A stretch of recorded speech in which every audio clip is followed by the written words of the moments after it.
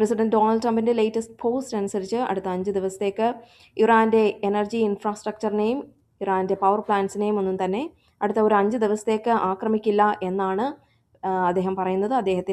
അദ്ദേഹം truth social share ചെയ്ത latest പോസ്റ്റിൽ പറയുന്നത് ഇപ്രകാരമാണ്: I am pleased to report that the United States of America and the country of Iran have had over the last 2 days very good and productive conversations regarding a complete and total resolution of our hostilities in the Middle East.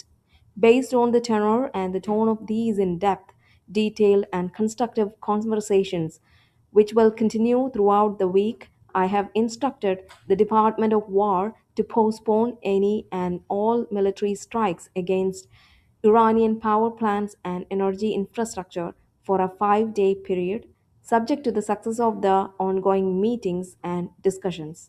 Thank you for your attention to this matter. President Donald J. Trump. American president Donald Trump 5 ദിവസത്തേക്ക് ആക്രമണം നിർത്തിവെച്ചതിനെ പിശാചിന്റെ മറ്റൊരു തോൽവി അഥവാ another defeat for the devil എന്നാണ് Iran വിശേഷിപ്പിച്ചത്. Trump സമാധാനത്തിന് ശ്രമിക്കുകയല്ല, മറിച്ച് ഇറാന്റെ ശക്തമായ മുന്നറിയിപ്പിന് മുൻപിൽ പിൻവാങ്ങുകയാണ് ചെയ്തതെന്നാണ് ഇറാൻ പറയുന്നത്.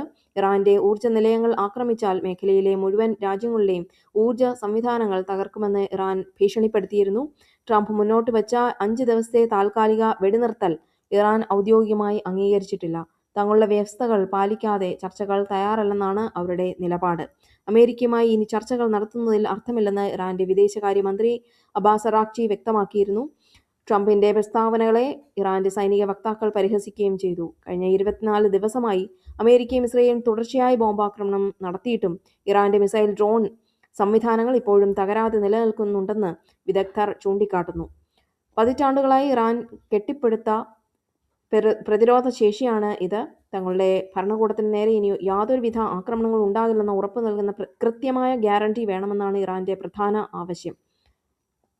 ഈ പ്രഖ്യാപനത്തെ തുടർന്ന് ആഗോള വിപണിയിൽ എണ്ണവില കുത്തനെ കുറഞ്ഞു. ഓഹരി വിപണികൾ വലിയ നേട്ടമുണ്ടാക്കിയിരിക്കുന്നു.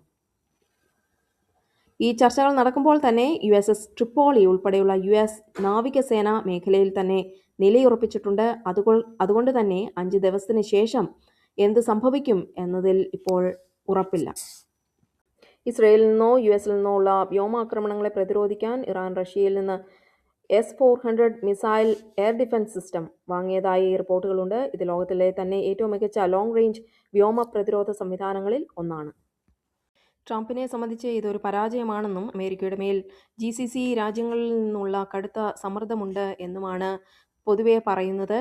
മറ്റൊരു കാര്യം, ഇറാനിയൻ മീഡിയ പറയുന്നത് പ്രസിഡന്റ് ട്രംപുമായിട്ട് ഡയറക്റ്റോ ഇൻഡയറക്റ്റോ ആയിട്ടുള്ള ഒരു കമ്മ്യൂണിക്കേഷൻ ഇറാനിൽ നിന്ന് ഉണ്ടായിട്ടില്ല എന്നുള്ളതാണ്.